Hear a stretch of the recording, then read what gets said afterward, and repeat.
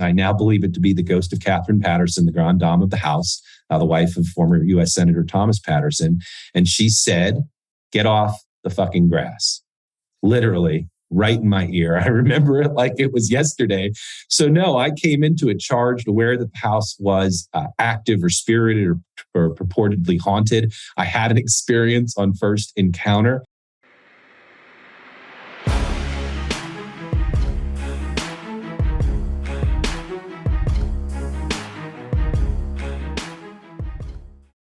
What's up, guys? Welcome back to another episode of The Dime. I'm Brian Fields, and with me, as always, is Kellen Finney. And this week, we've got a very special guest, Chris Chiari, founder and CEO of 420 Hotels. Chris, thanks for taking the time. How are you doing today? I'm good. Good morning. Excited to dive in. Kellen, how are you doing? I'm doing really well. Excited to talk about Chris with cannabis and hospitality and kind of learn a lot more. How are you, Brian? I'm doing well, and I'm excited to talk to a guy with East Coast roots who has locations on the West Coast, but East Coast roots for the record. So, Chris, for our listeners unfamiliar, can you share a little background about yourself? Favorite sound in regulated cannabis? That's the opening of a jar. I am a cannabis consumer, but now ask your question again, because I just wanted to get that point out. Well done. A little background about yourself. I've been a consumer for over 30 years. Melanoma survivor. When I was 27, I was told, don't make long-term plans. I was always a planner. Actually, I was finding some success doing marketing and messaging for startups in the irrational exuberance of the late 90s and early 2000. But someone giving you 5 to 8 years kind of changes your perspective. If you like plans, you throw them out. In that case, it was about experience, about a bucket list, about checking off things that I wanted to accomplish in what was now this shortened timeline. I am now a multi-time, multi-state failed political candidate. I got that out of my system. But 11 years ago, I got a clean bill of health. Doctor said we had cut enough moles off. Melanoma, he said, right, it's the one that can kill you. It's the most dangerous of the skin cancers, but it's the one that if you get ahead of it, you cut it, you get it, you can get it. And I was lucky enough that it was big and they went deep enough and they got it all now 12 years ago. I'm sorry, more than that. It's 22 years ago now. It was the summer of 2001. And fast forward, I get this clean bill of health. And within weeks, I realized that with this new lease on life, that whatever I did, marketing and messaging for startups, doing consulting for businesses, if I got back into the policy or political world, that everything, if I tried to make a film, something I had tried to do at 27 years old, right before the diagnosis, I said it would be and would lead and would be focused on the topic of cannabis. And that has been true. March 7th of 2011, I was in Denver, Colorado for the first time. And I was standing on the street in front of this extraordinary property, 420 East 11th Avenue. It was an abandoned, looked like a castle, a French chateau, sitting on a hill. And I pointed up to that house and I said, I want to turn you into a marijuana bed and breakfast. Missed out on the property by 2 weeks, bought it 4 years ago, and am now on the cusp of executing on that very idea. Who am I? I'm a stoner. I'm a cannabis consumer who has been passionate about what was always so unique about cannabis from day one. And the first time I experienced it, it was generous. It was given. It was shared. It was community. And what's funny is, as I'm on the cusp of getting this license, I put a social media post up, and an old friend from college said, I'm so happy for you. I'm so proud of you, because when we were 18, I remember you on the quad with your guitar saying that one day you were going to make a safe, legal place for your friends to smoke weed together. And I honestly didn't remember that, but it was fun, right? Relationships that then have that measure of time attached to realize that your life's work really is your life's work. So who am I? Stoner, trying my best to normalize and destigmatize cannabis. And contribute to the good work that all of us in this space have been doing for, in some cases, generations with the legacy markets, and now with over a decade in the legal markets. When you were trying to buy that property and you said what you wanted to turn into, were people telling you were crazy? Were there hesitations then to make those announcements? Because you could have kept it pretty close to the vest and then made those attempts. So take us through that conversation. I had a reaction from a parent who immediately expressed concern. Do I need to be worried? You're dropping everything. You're selling your house in Florida. You're going to immerse your life in this still illegal space. You know, I'm in my late 40s, so my parents would tell you that never in their lifetime would they have imagined. But I did. I sold the house in Florida. I ended up on a road trip, 115,000 miles over 22 months, crisscrossing the country. One cannabis cup to bong and pipe trade show to another. And along that way, met people that were, like I said, generous with their information, with the flower they'd cultivated, with a willingness to give you a tour of what in some cases proved to be multi-generational operations, from the genetics to the terroir and with the expression of different cannabis strains in different regions of the country. Things I didn't know because I got sticks and stems, downtown Brown. It was all smushed together with flattened weed in a baggie. I asked the guy, I got it from, what strain is it? He said, it's a bag of weed. Do you want it or get out? Right now, go into a store, experience, right? What have we gotten to? What have we developed to? Is exciting, but still lacking in this legal license space where we can consume it. Yes, outside New York, Connecticut, New Jersey, anywhere back east that's now normalizing, legalizing, consume cannabis anywhere you can smoke a cigarette. And where exactly can you smoke a cigarette in any of these jurisdictions? And like here in Colorado, a mature bureaucracy, if you want to bring it indoors, you'll bring it indoors very much like a cigar lounge. And that's what I'm doing. What did it look like? Who thought along the way that it was the most ridiculous idea? Well, virtually anyone. I think the most ridiculous thing is that we're this deep into legalization and normalization, and I'm the one bringing to market the first hotel to bring this and add this as amenity. I'll take it. I'm proud of that work. I'm proud of this business. I'm really excited to share this location, and I believe this is foundational and keystone to a bigger brand. And so I'll do that work. And it will be crowded, and we'll have lounges in lots of places and lots of iterations of it. And I cannot wait. The more people strive to bring this to market and the more of us that can find a path and succeed and execute, the closer we truly get to the end of that war on drugs on cannabis, which we haven't yet gotten to. Yeah, well said. I want to stay on the hotel. I mean, was there, prior to purchasing it, I mean, the location you described, the Patterson Inn, correct, was its old name. It's been regarded as one of the most haunted hotels in Colorado, correct? So was there any hesitancy? Like, talk us through that whole thought process, like getting involved in that. What was your head at? Just to let you know, Patterson Inn, pattersonin.com is now a 9+ year operating boutique hotel, one of the highest rated boutique hotels in Denver since I took over. And I'm proud of that because I didn't want someone to ever look at the addition of cannabis and say it was shtick or a gimmick. Smart. And something that was, could diminish the work that I'm executing and bringing to market a 4-star hospitality experience. The property does have a tavern on site that is open to the public, recently opened just a few months ago. And so I'm working to bundle and bring these non-conforming, conflicting businesses and finding a path to execute them in this 12,000 square foot French chateau at, thankfully, 420 East 11th. So Patterson Inn will survive.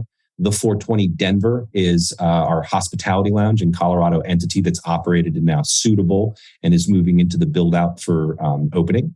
And then 12 Spirits Tavern, named after, what is purported to be as many as 12 spirits that are storied to occupy the house. When I looked at the property originally, I did not know when I set off to Denver to look at the house. But not 2 days later, a good friend of mine in the political research space in South Florida, by the time I got here, I had an email that had every link to every story. And I had the haunted narrative from the original owner to loss of family members and the story that he left after only a few months of living there, all the way through a story from the 70s where 2 guard dogs, 2 gray Dobermans, were put in the house for a night and were not found alive the next day. In fact, were found dead on the front lawn. This makes it into the paper. I saw the picture many years ago. Every ghost tour comes by. And I like to joke that in life, right, everyone knows you get 15 minutes of fame. Well, I squandered 12 of those 15 minutes on an episode of Portals to Hell with Jack Osborne. The house is known as the Croak Patterson, CROKE-PATTERSON, Croak Patterson. We're still considered in there now 4 seasons, one of the higher rated episodes as they came and spent a week in the house. When I bought the hotel, the last owner said, shh, we don't talk about the haunting. And they'd whisper it. They said that at every inn group they went to in these conferences with other hotel owners, nobody talked about the haunting of the hotel. And then I have this episode air, May of 2020, 4 days before my 2-year anniversary. And maybe a week after we were forced to close down in the very unexpected world that we all experienced in 2020. And I just remember thinking, okay, great. And then we opened back up and Portals to Hell has aired. And now forget about whispering about it. I'm a 9-room hotel. We would be sold out in the middle of the peak of the pandemic. I was sold out every single weekend with ghost enthusiasts that were both believers and skeptics. And I like to say now, after almost 2 years of that I am enriched by their experiences and stories of both the believers and the skeptics, in many cases armed with equipment and showing me pictures of the orbs they've seen in the rooms. And so I can't dismiss it. And now, in fact, March 7th of 2011, I stood in front of that house and I pointed up and I said, I want to turn you into a marijuana bed and breakfast. And a woman's voice, I now believe it to be the ghost of Catherine Patterson, the grand dame of the house, the wife of former U.S. Senator Thomas Patterson. And she said, get off the fucking grass. Literally right in my ear. I remember it like it was yesterday.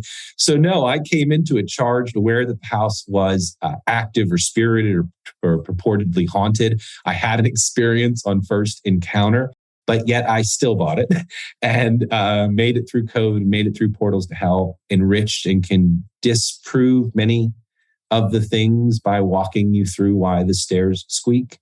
At the same note, the right time of night, by yourself in a very quiet, beautiful house. Creaks, what are they? And are they the spirits that reside in the homes following you up the stairs? I could give you 100 guests that would tell you very clearly that's exactly what that was. So can we anticipate a cannabis-induced ghost tour in the future? Is that something that we can look forward to when we visit the property? I am grateful to the very restrictive rules around cannabis hospitality where I have to segment it to this very isolated place on the property, because one of my biggest fears is that maybe cannabis smoke might be a smudge and smudge all the ghosts out of my hotel. So no, I need to preserve Patterson and its history. And then, there will be ghost tours. I am starting that process when I'm on site, certainly when guests have seen the episode of Portals to Hell. I know that there's value, right? And the house, this property was there in their living room. Now they're getting to experience it. And so there's that heightened value for them. And so I take that time to give that tour. The house, I am the caretaker of this physical structure. I'm the caretaker of the history of this 130-year-old property, a house that has a storied history long before I showed up. And to that history, I am working to add, again, what is the most exciting to me, the most exciting and unique amenity in hospitality today is this now privileged license around cannabis hospitality. I use that term because alcohol, gaming, tobacco, restaurant, these fall under these categories of privileged licenses.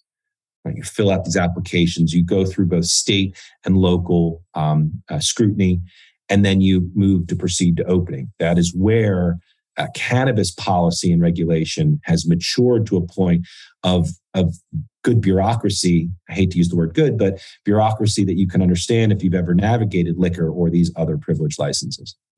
What are some of these rules you had to navigate? You said that you couldn't mix the two of them together. So tell us, what was some of the rules when you got that license that restricted you from doing certain things or allowed you to do other certain things? Well, anything that becomes a cannabis consumption area has to be locked down at 2 a.m. So anyone who remembers the early day of going to events in the cannabis space, we'd have alcohol and music and vendors inside with their displays. And then we'd go outside to a bus, a van, an Airstream, or a couple of the companies that emerged that offered cannabis tourism. And then we'd get high on the bus. Well, under the rules around cannabis hospitality, if I designate the entire hotel as a cannabis consumption area, then I can welcome you into the hotel, but at 2 a.m., I got to kick you out to a bunk in an RV out front and make sure you come back in at 7 a.m. for breakfast and we'll hold your luggage for you. Didn't really fit with overnight hospitality. For me, that's my core business. I'm a hotel. I see adding cannabis as a really fun and exciting reason to reach out to my current guests, my previous guests, and to likely attract someone to this property that may have never heard about it. And as a 9-room on our way to 11-room property might not have, because we're still independent and small. But this becomes a great oversized reason to communicate. Though other lounges are now starting to emerge here in the greater metro area, They are open to the public. They are meant to be a really fun place on a Saturday or Sunday or Saturday night or a Friday night. And my space is really being carved out as this more intimate, private space with an eye more towards food and beverage and dining, as well as this more restrictive access space for the canna curious. Largest growth segment of cannabis consumers are 55 plus, maybe even 60 plus. Also happens to be a peak core baseline of my larger demographic of the customers that already come to my hotel. So, Chris, you said you dipped your toe in politics a little while back in your life. How much did you participate in kind of some of the public commentary to draft these rules and regulations for consumption lounges? Was that something you were actively attending the meetings and the conversations, or did you just let it kind of roll out? I got here after Amendment 64, bought the hotel. So much of the final rulemaking around cannabis hospitality happened once I bought the hotel. Okay. Yes, I've spoken to many elected officials. Yes, I was engaged in topics and conversations, especially with people in industry. Yes, groups like Normal engaged in those types of discussions. But at the other note, so much of it becomes out of your control. I had the issue of how to get the badge and what the pathway to suitability would look like. Would there be restrictions or not? What would that look like? Would the property be suitable? The city had to still figure out. There was one talk. It could be 500 feet from some things. It could have been greater than 1,000 feet. I had heard from the city years ago that miraculously this property at 420 East 11th was a green dot in a sea of red, but Denver no longer provides that suitability map. You have to get it yourself. And so at what point is it worth it to invest what is thousands of dollars for a detailed engineering survey of a lot and your distance restrictions from other properties? And that happened finally after I was well down the path to a rezoning. So, all of these things were happening. I had a hotel to run. I had a pandemic to navigate through. I had a core group of employees that had been loyal to the business we were building and the culture we created. And I made sure that the business was loyal to them. And we got through that. I had a rezone. When I first reached out to the city to say, this is what I'm going to do, they said, Chris, green dot in a sea of red, but you're in a residential building with a use overlay to be a hotel, meaning it's a residential property that had this unique special right to run this one type of business. Commercial rezoning in the middle of a residential portion of Capitol Hill. Some people, if you want to say who would have told me I was crazy, that might have fallen in there as that category.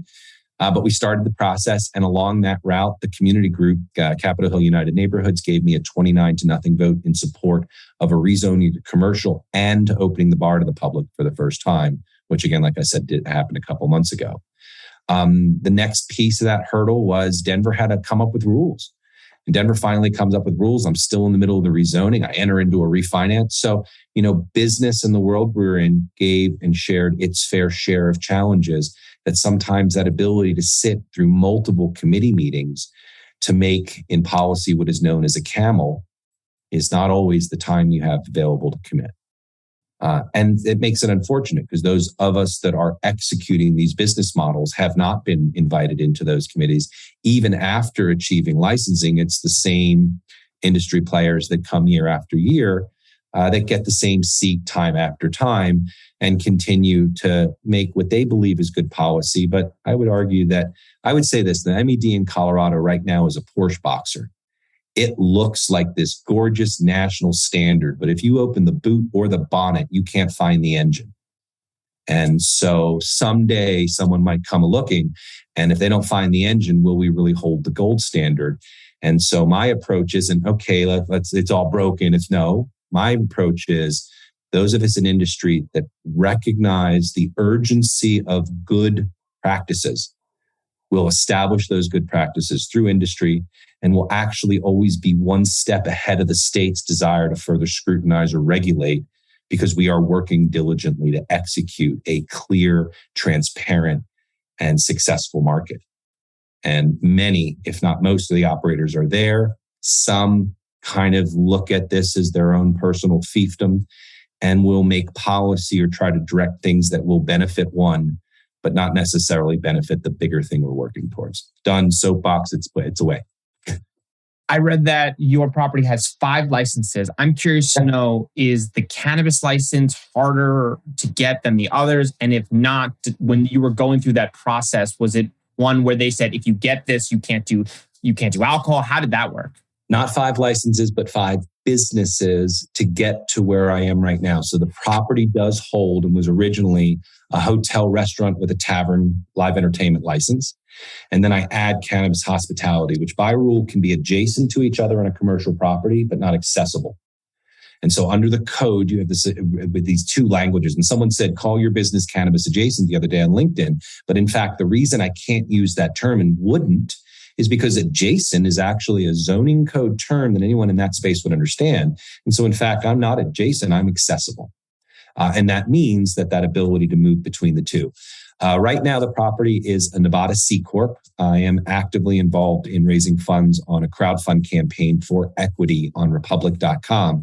And so I'm selling equity as future stock in a Nevada C Corp called the 420 Hotels, not trying to ask people to invest in a one-off, but actually buying into the entity that intends to manage and own multiple properties in multiple cities. Right now, that company does have 3 wholly owned subsidiaries. One is Castle Equality, which is the company that actually owns the physical property. It has 3 tenants. One of them is Patterson Inn, which will stay on as the operator of this historic boutique hotel after the namesake of U.S. Senator Thomas Patterson, who is no less significant to the property after my addition of the lounge as he is today. 12 Spirits Tavern is now a separate tavern entity that exists in a separate commercial tenant space in the basement. And then the 420 Denver is the Cannabis Hospitality Lounge. And if anyone were to go to pattersoninn.com, the first picture you'd see is this French chateau, about 12,000 square feet. The larger structure on the left is the 9-room boutique hotel with the open operating tavern in the basement. And then the cannabis lounge will be about 1,000 square feet of the first floor of the carriage house. And then the way the 2 properties are offset by half a floor, we have easy access to add more guest rooms above the carriage house. I always joke with guests if they know the difference between a bed and breakfast and a boutique hotel. And I say it's actually the number of doilies on the property. So we're a doily-free property. That makes us a boutique hotel. Technically, it's 10 or less is bed and breakfast. 11 and up is boutique hotel. So adding 2 more rooms to my 9-room property takes us from bed and breakfast to boutique hotel. And that was my goal, to take this 3-star bed and breakfast, add that tavern to add the higher scrutiny and level of more amenity, which we have, add more guest rooms to make us a boutique hotel, and then add, and I'm going to just keep beating this phrase, the most exciting and unique amenity and hospitality today. It's challenging to set up your business in that way, but it's probably necessary given all the rules and challenges in cannabis, right? I'd imagine that wasn't an intention. You were like, let's have all these different clubs. You had to No, in fact, I would say this. Now, you asked this question. This is where, and a lot of people say, oh my God, cannabis, I wish they would regulate it like alcohol. I have a liquor license in the state of Colorado. I know what it means to navigate a change of ownership, a renewal, and a transfer of ownership of a liquor license in the state of Colorado. I've been badged in the cannabis industry, both through a dispensary and now through cannabis hospitality for 6 years. Also many years back when I went from minimum wage jobs to getting lucky in that irrational exuberance and had a horse once. That horse exposed me to being licensed in 5 states for parimutuel, which is gaming. And so I've held privileged licenses in gaming in 5 states and now alcohol and cannabis in the state of Colorado. And I was laughing with one of the originators of 64. We were at a fundraiser for a political candidate maybe 2 weeks ago.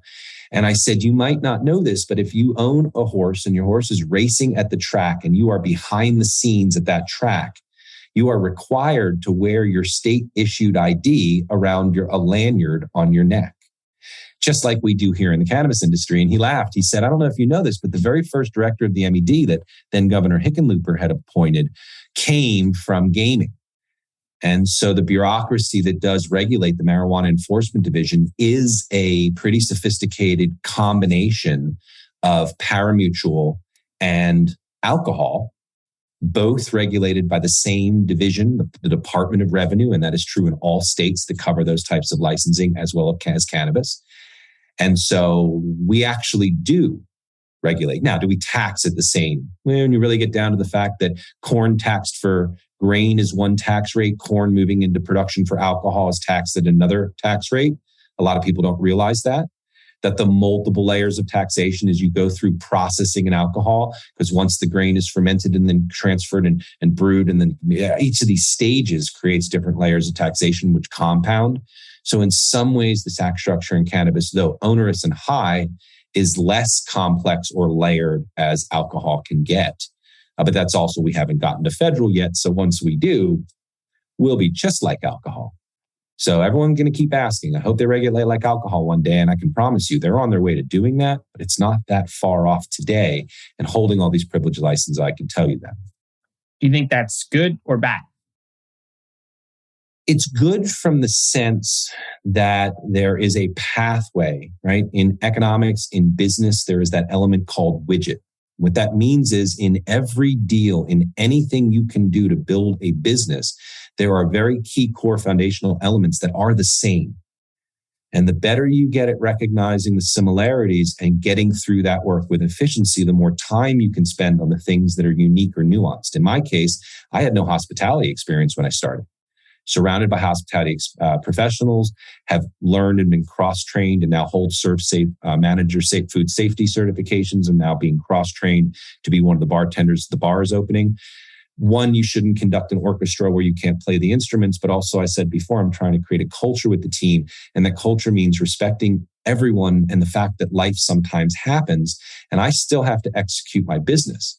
So I can't get mad at an employee because life happens. I have to support a team member who's going through crisis. And then we play the old triangle Lakers defense, and we shift positions and move in and fill in the gaps to keep executing and be supportive of the business to execute, which we have to do because we're a hotel. We're open 365 days a year and on a small team of only 7 core employees. And so you step in and do that work. So cross-train and everything, including making breakfast. So with cross-training and having employees step in, how does it work do all your employees have to go through the MED badge process? And then do I also have to go through kind of like standard liquor training, and they can kind of be like a one-size-fits-all? Right. I'm cross-trained so I can be fluid. My GM can certainly handle all those capacities. I already hold my badge, and he will be badged as well once we have the lounge open.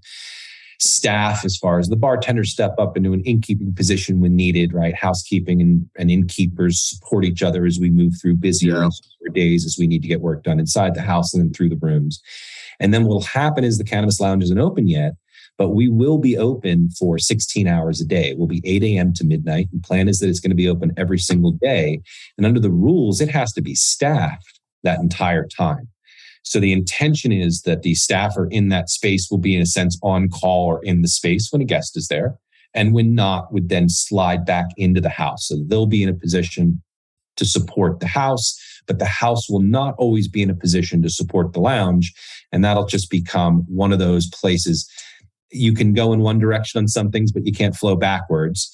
And so we'll have that because I have alcohol and cannabis now on the same property. Guests can go into the bar, purchase alcohol, bring it back into the room or into any other common area of the property to consume. There's a big difference between alcohol and cannabis. Point of sale and purchase has to be the bar. But once the sale and the transfers occurred, its consumption can be in a common area. Cannabis, though, is isolated to the lounge, one, because you have to lock it down at a particular hour. But the last piece of that hurdle is the requirement from an air handling perspective. So I don't know if you've ever been in a cigar lounge, but if you've been in one, it likely is older than 12 years. The reason it's older than 12 years is it's grandfathered in the air quality standards, because 11 or 12 years ago, international standards around clean air in a smoke-filled environment were defined as 60 cubic feet per minute per person. That's a lot of air, and it's actually 100 times the normal standard for a commercial space. And so very few hookah lounge or cigar lounges have emerged in America since then, unless they have built these very expensive and sophisticated ventilation systems. Lucky for me, I'm only 1,000 square feet. I need to negatively charge the room by design of this code, which means air sucking in through any gap under a door or in a window, as opposed to smoke or any odor being able to get out. And that's the biggest hurdle so far, has been getting this lockdown final design for an HVAC system, taking in all these considerations and dealing with it and trying to put it into this old historic property. But that's this last great hurdle And some of the lounges that are opening that are in unincorporated counties, air handling and air quality is usually administered not by the state, but by a local county or a city. And so you'll often find parts of America where you have what are known as unincorporated areas, where they don't officially fall into a city. And if their counties don't regulate or justify or oversight over air handling, these operations have found ways to open without needing to do these types of retrofits. I'm looking to open in New York, Boston, Chicago, Miami, and Denver. Every one of these, is what you'd be able to call a mature bureaucracy. And so we're building a system that we intend to be able to scale to these other locations. I can only imagine the levels of training that have to go on for your staff. We talked about the alcohol challenges, then the cannabis challenges, and then even to communicate that information to probably poor patrons, right? Who are a couple drinks in, interested in this, kind of wandering between stuff. That has to be so challenging for your staff. So how do you do the education and how do you communicate that to consumers? Bar is 4 to 9. We're happy hour only, but that's going from an amenity that was open just to guests of the hotel for 1 hour a night for a free glass of wine. Now it's signature crafted cocktails and bourbon drinks, a small light tavern food menu, and a pretty extensive premium and select no-well alcohol list for anything else you might want on top of that. So 4 to 9 kind of keeps us out of those witching hours of causing too much trouble or getting in too much trouble. But bartenders, you don't bring a bartender on that doesn't know, right? That check ID, recognize signs of over-intoxication, and then engage appropriately to mitigate someone being in a position of crisis or overconsumption. Cannabis is a little bit more unique, but just like food safety and alcohol safety, courses have emerged. So we do intend that all of our staff, I don't want to use the term budtenders because we're only going to be a bring your own as opposed to a point of sale destination, but our canna servers or our canna sommeliers, already, because of my address, because of the news we've been getting around the work, guests come in and are a little bit more open about where's a good place to go, where can I consume this? We can't give implied or expressed answers right now that work, and that frustrates me. But I know we're getting close to offering that solution where I can literally now point to a space and say, welcome, and you can do that here. Whole goal of what I'm trying to build. You can't make a recommendation, but you can kind of like nod your head in the direction and be like, there's an arrow on the wall. If you just check the arrow on the wall, you'd probably figure out a solution. Now, I've recently finished my online course, still need to go for my in-person practical, but I've been studying the coursework for Gangier. I intend to go through those same certifications for other groups that do emerge with the same level of credibility because I want to know the knowledge base. For me, I've been in this, like I said, for this decade. That 115,000-mile road trip proved very enriching from my exposure to cannabis. I laugh. I learned about terps and strains, a decade ago before we had markets still coming out of the legacy, and made bubble hash in a forest one time. Right. So, I have been, remember when open blasting was still a thing outside, even in a regulated, emerging early growth cannabis industry, people were still open blasting hash in glass tubes outside. I remember that. We've come a long way. If only rosin had been discovered first. I know you had ambitious aspirations when you looked at that hotel and said you were going to buy it and turn it into a cannabis consumption lounge. What is one concept along the road that has surprised you, that you thought one thing and now where we sit today has completely shocked you? Well, I'm surprised that we still haven't gotten to this path of consumption, not just here in Denver. I knew the reservations and frustrations. Elected officials in Denver very early on started expressing that we're tired of being first. They didn't want to be first. And that's not true with the group we have today, but that was true with the group that brought Amendment 64 to market and implemented it. That there was this, we don't want that perception too fast and too far, right? One of the things that surprises me is I always knew the curiosity from older consumers, but they wanted to know if it made the pain go away in their hands if they used the lotions.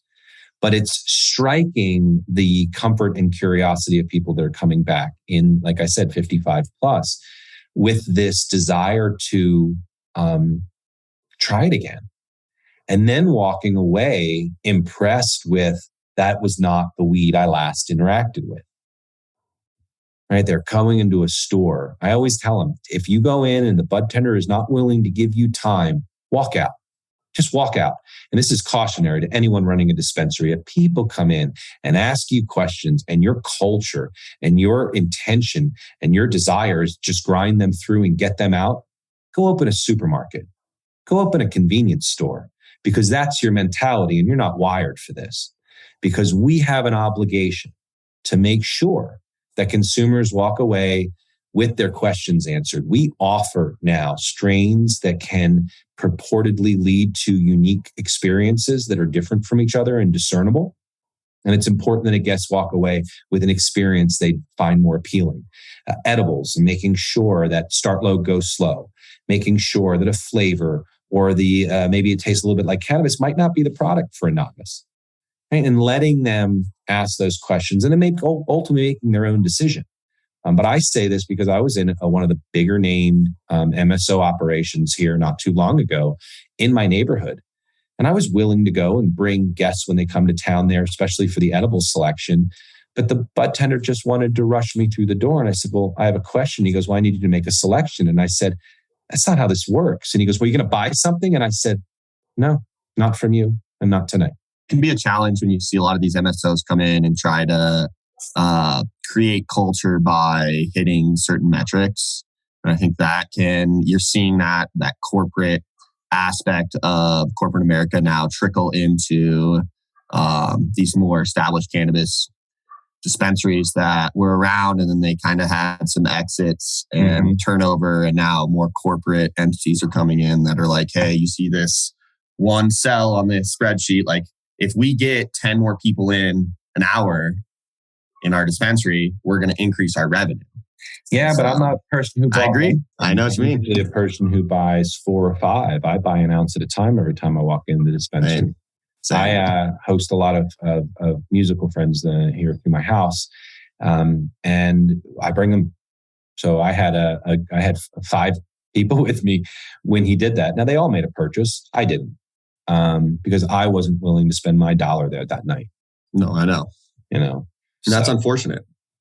And since then, I have not brought any of my house guests back. They have a wonderful competitor an extra block away, and we now make the extra effort to go that extra block. Good. Worth it. Chris, cannabis tourism has been held back by lack of state and local regulations. What state is next for you? You tell me, state and local regulation. Nevada's a little big, but I am looking at the possibility of throwing my hat into their lottery in the hopes of striking gold or hitting a jackpot. I do think one of my next best places to go, and I have to be tepid of what I talk about because I have this Form C filed with the SEC, and where I go next, I have suitability for myself and the company here in Colorado. So maybe a Colorado ski destination would be a nice lateral move in the short term. But my vision is 4-star hospitality. This is overnight hospitality, but then it's membership and food and beverage. Private membership clubs peak and wane in popularity over time and was reinvigorated by a company called Soho House a little over 15 years ago. Soho House now has these very exclusive 5-star type accommodations and clubs around the country. And they're trying to find new ways to keep bringing in an audience to keep the cash flow going because private clubs can get stale. In my case, like I said, first and foremost, we're a hotel at 9 to 11 rooms. We're undersized to the market, which means we should be able to grab a market, capture it, and fill our hotel with these guests. If we do, we'll have a fun, invigorating lounge that'll have a cross-section of America and its culture and its economics in that room, consuming cannabis together, which is a great space to build. But where next? I know where I want to go. If you were to go to the republic.com website, you'll see that I own the 420hotels.com. I own the 420denver.com. I own the 420chicago.com. I own the 420boston.com, the 420nyc.com. The list goes on. And a total of 55 cities in America and around the world. And I do envision a dozen or more locations. Someone told me I had 5 to 8 years to live one time. And I've now launched this crowdfund campaign, taking experience I did for other people's visions 20 years ago and putting it to my own. I've got a 5 to 8 year plan now to execute 4-star accommodations in gateway cities with legally licensed on-site cannabis consumption lounges under our first signature Keystone location's name and using its brass relief to tell our story. This is the 420 Hotels. I love it. And, the brand that I do hope and intend to carry as the moniker to dozens of locations around the country and around the world. How was the process choosing Republic to kind of go out and help raise those funds for expansion? I really love the democratization of equity crowdfund. A lot of people get confused because they think of crowdfunding around Kickstarter or that you're just donating or giving. And so the translation to recognizing this as equity has been one of the harder conversations, right? To just educate, especially a cannabis population, that what I'm doing with stock certificate is identical to NFT or coin that we know today, but using that regulated market of the securities exchanges that's been around and regulated since 1933 and 34. So that's kind of, been a hurdle. But Republic was one of the rare, larger national crowdfunding groups that would even consider a cannabis conversation. At the end of the day, I'm a hotel.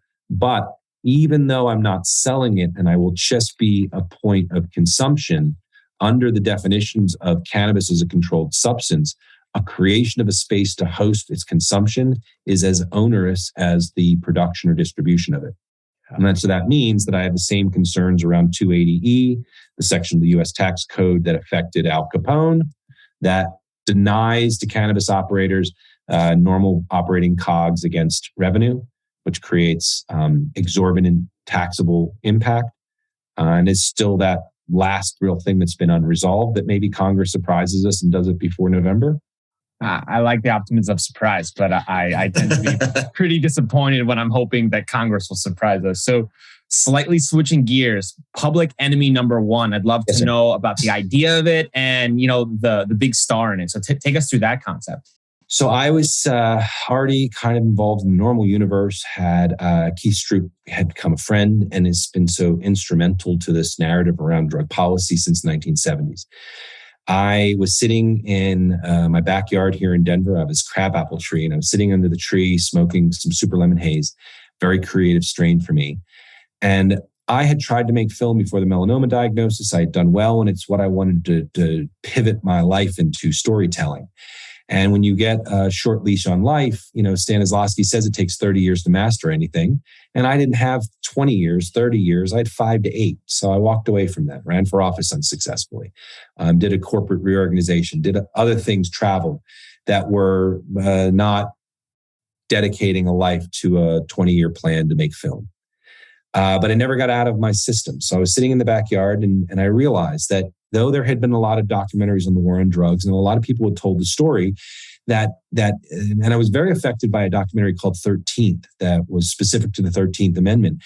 And in it, it talked about specifically Georgia and how felony convictions have been used as a tool of racial and economic repression in that state in ways that maybe we haven't seen as egregiously in others. And yet they didn't talk about the tool that was used to create this criminal state and deny these individuals and community members a right to participate in elections. It was cannabis. And so my goal was to not go back to the roots of cannabis with Anslinger and the transition from alcohol to cannabis in the 1920s and 30s.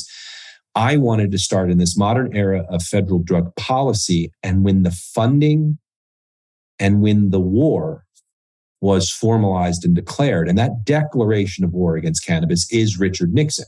I had the privilege of interviewing a man named Dan Baum, who got Richard Nixon's staffer, John Ehrlichman, to sit down. And he said to him, what was it with cannabis? And he made it very clear that to the Nixon White House, this was their public enemy number one. And since they couldn't criminalize your right to breathe and speak and voice an opinion, but they could criminalize this. They could criminalize the inhaling of cannabis smoke. And on the exhale of that smoke, they could restrict your speech. And that's what they did. And that's why it was such a tool. And then a question for me was, knowing the movement of public opinion polls from 12% to the now almost 70% we're at today, we were at 52 when I started this film, just broke in the majority. And so I was curious to see if it correlated. Federal drug policy, did it move with this movement in public opinion? And did public opinion gyrate as it got to 52, now 70%? And where did they interact and where did they overlap? And was one a driver of the other? And in fact, they were very unrelated. They did not correlate. That in fact, sometimes public policy has little to do with public opinion. It has to do with reactions to unexpected things that happen in the world. I don't want to give it away, but watch the movie. It's 71 minutes long. About halfway in, you'll hear about the summer of 1986 and how one moment and one day sets in motion ideologies that are still now prevalent to today in the opinions of now President Joe Biden, who comes as a Democrat and a drug warrior as a result of federal drug policy that is enacted in the summer of 1986. Where can we find it? Public Enemy #1. It's on Amazon Prime. You can rent it on Amazon Prime, or you can watch it on Tubi or Pluto TV. I just saw on the waterfall that Discovery may have picked it up, so it may be on Discovery Plus. Film won the Seattle Film Festival in 2020. I'm proud to say I won a Best Producer Award at Doc LA, which was our premiere in 2019. And our executive producer was Ice-T. Came on the film near the end, but added just heavyweight presence, of course. But from a cultural perspective, his relationship and where cannabis, music, and culture have all intersected, he was just a potent voice on that topic. Yeah, pretty powerful ad. So, Chris, 20 years from now, we will look back and say, that was barbaric. I can't believe we did that or experienced that in the cannabis industry. What is that? Barbaric, 20 years. How about this, that we're 20 years into some significant reforms and policy in this country, but yet cannabis incarcerations and cannabis prisoners are still numbered in the hundreds of thousands. The number of arrests that still occur in a year, still in the hundreds of thousands. I think it's an abomination. On the other side, I am going to make a statement. People are going to hate me, but what Normal may have gotten wrong in 1977 was they thought that they could just dismiss the concerns of parents, even if they were wrong. And I recognize that for a child or anyone under the age of 21, their mother is going to get way more credibility and standing telling their story than they will. And as advocates for legal adult access and to protect these now consumer markets, whether they still be legacy or legal, and legacy being, home cultivation and caregivers and other access that are not the very public and big storefront regulated market, that we need to not go to war with mothers, stay in our lane of developing with integrity these industries, and if necessary, rising up if, God forbid, we find out that kids should not be getting it in some of the forms that we now produce it. I don't want to say there's anything there. I can just say that the mothers that are showing up now in larger and larger volumes are making progress with their message. And if we try to fight them, again, we're going up against mothers that are credible. And when it comes to the protection of a child, there is no more credible individual than their parent, certainly their mother. And we cannot be at war with mothers. But at the same note, mothers that are concerned that might even be spewing false information need to be engaged so that when it comes to the space of 21 plus, that we don't roll back and that we don't allow bad policies like radioactive isotopes to be used in the flushing fluids of cannabis, which was literally proposed. Where potency, which is the biggest topic of conversation in Colorado and will be nationalized soon enough as we get further down the road. I always say that when you say potency, 99% purity in a cannabis product with this potency, you're talking about purity. So if regulators want to now say that we have to lower the potency or lower the purity of these products, what type of adulterants do they propose that we use? Because everyone thought it was a brilliant idea to thin out THC oil with vitamin E in vape pens. And this became a national health crisis. What happens if a one-off state like Colorado creates policy to create some new form to track these products, proves to be a health concern? Will the reaction be as swift and fast as that national reaction was to vitamin E? My concern is don't make us guinea pigs like that. And so don't put us in a position to make the same mistakes Big Tobacco made with their cigarettes in terms of adulterating the contents inside of a cigarette. But that means the industry has to be, in ways that tobacco never was, transparent about its goods and bads, that all industries, too many Oreos will kill you. You don't have to lie about it. Exactly. So nobody is dying of cannabis consumption. I still feel very confident in that statement. But it does not mean that all cannabis exposure is good for all cannabis consumers. Before we do predictions, we ask all of our guests, if you could sum up your experience in a main takeaway or lesson learned to pass on to the next generation, what would it be?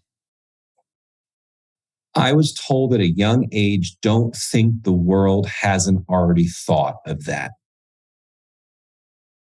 Be creative and go out there and do it, regardless of what the world tells you. Amen. I like it. All right, prediction time.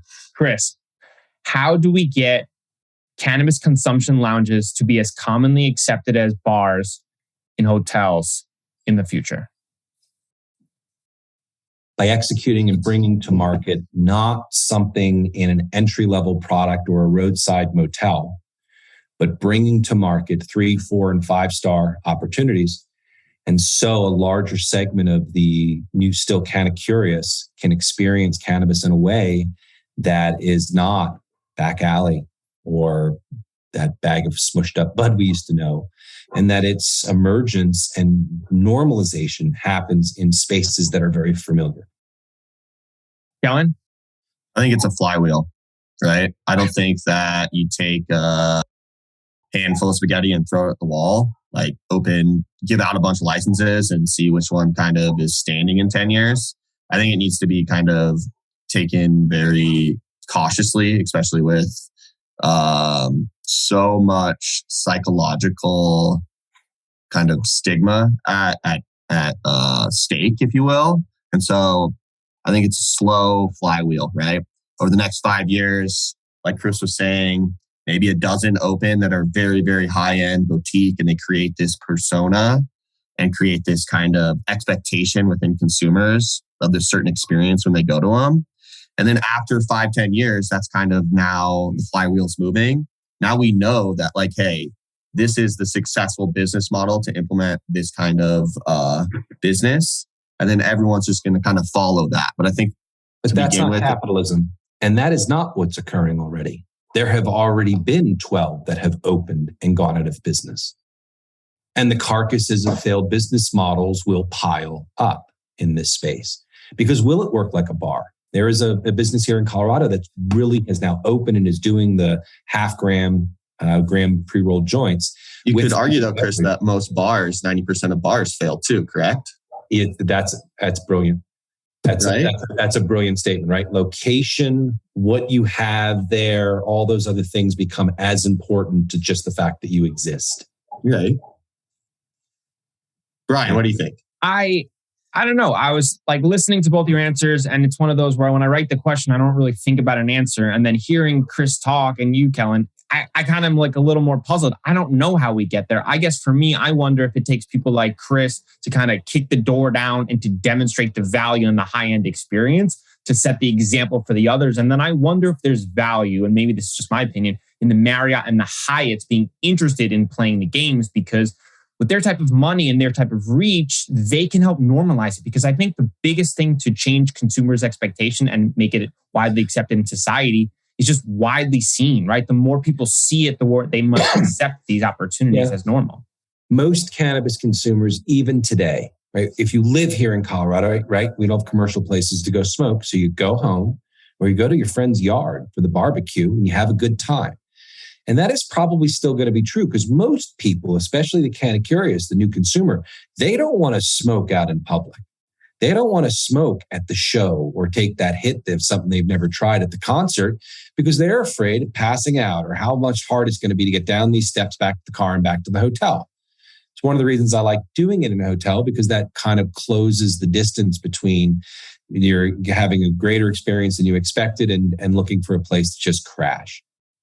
Right. And so I'm as curious to see, and I don't know if Hyatt touches it, because most cannabis consumers are doing this as a form of relaxation, not as a form of socialization.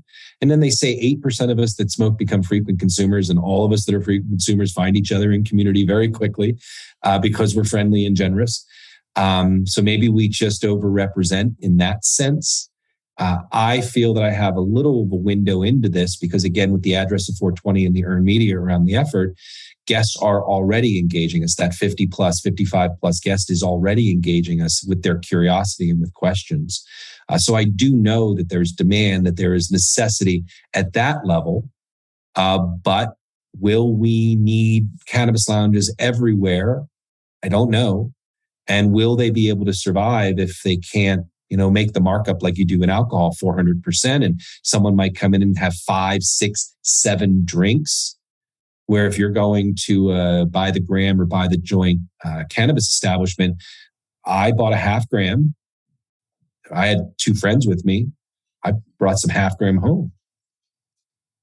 Right. Yep. So will we consume it and move it in volume the same way? For me, I make my money on the beds. For me, I make my money on food and beverage. I think my inspiration is more Barney's Cafe as opposed to Barney's Coffee Shop in Amsterdam. I won't have alcohol in that space, but a fun food menu where you can smoke cannabis and eat. You can smoke cannabis in a lounge environment. We'll have a room that will have fusion. Design of the room is going to be banquettes and build-ins.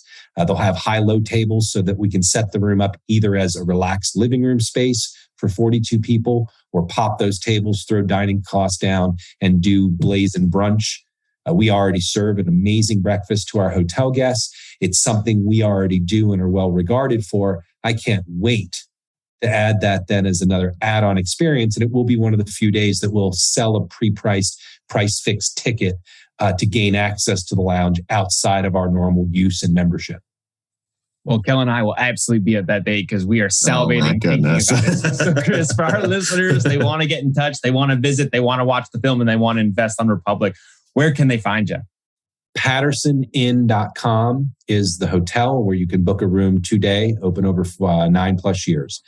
Peno Film, Peno Film.com is where you can learn more information, see our movie posters, see the press we got in the Denver Post where they called me, quote, a character, and pictures with Ice-T. And then, of course, Amazon Prime if you would like to watch it and rent it, or Tubi or Pluto where you can stream it with commercials. I still get paid, but you get to watch it with commercials. The420hotels.com is about to do a new relaunch of our website within a week. But please go to republic.com. It's https://republic.com/420-hotels. And if you were to search Republic 420 Hotels on the internet, you would likely find our page very quickly. Benzinga recently gave us some great press where they told us that we are that Patterson Inn, that my business, my product is the first hotel in America to secure a provisional license as cannabis as a hospitality, as an amenity. I'm proud of that. And if you were to see our review in 303 magazine, they said, and I quote, that the Patterson Inn offered the warmth of the world's best boutique hotels and bed and breakfast. It was important and foundational that we execute a high quality hotel experience. For me, doing a historically significant building with the address 420 becomes part of our long-term story. And now adding the most exciting and unique amenity in America is just that next chapter. And I welcome anyone else. Come on, get into this. But right now, getting suitability, structuring your entity, finding a suitable property, moving through a licensing process, whether it's rezoning or related to cannabis, getting operations that give you cash flow, revenue, and profitability before you add a unique amenity. This is where I believe there are some ingredients here that are positioning us for success here in cannabis hospitality, this unknown new frontier already littered with carcasses of great ideas. We intend to not be one of those carcasses. We intend to be one of those success stories. Love it. We'll link it all up in the show notes. Thanks so much for taking the time. This was fun. Thank you.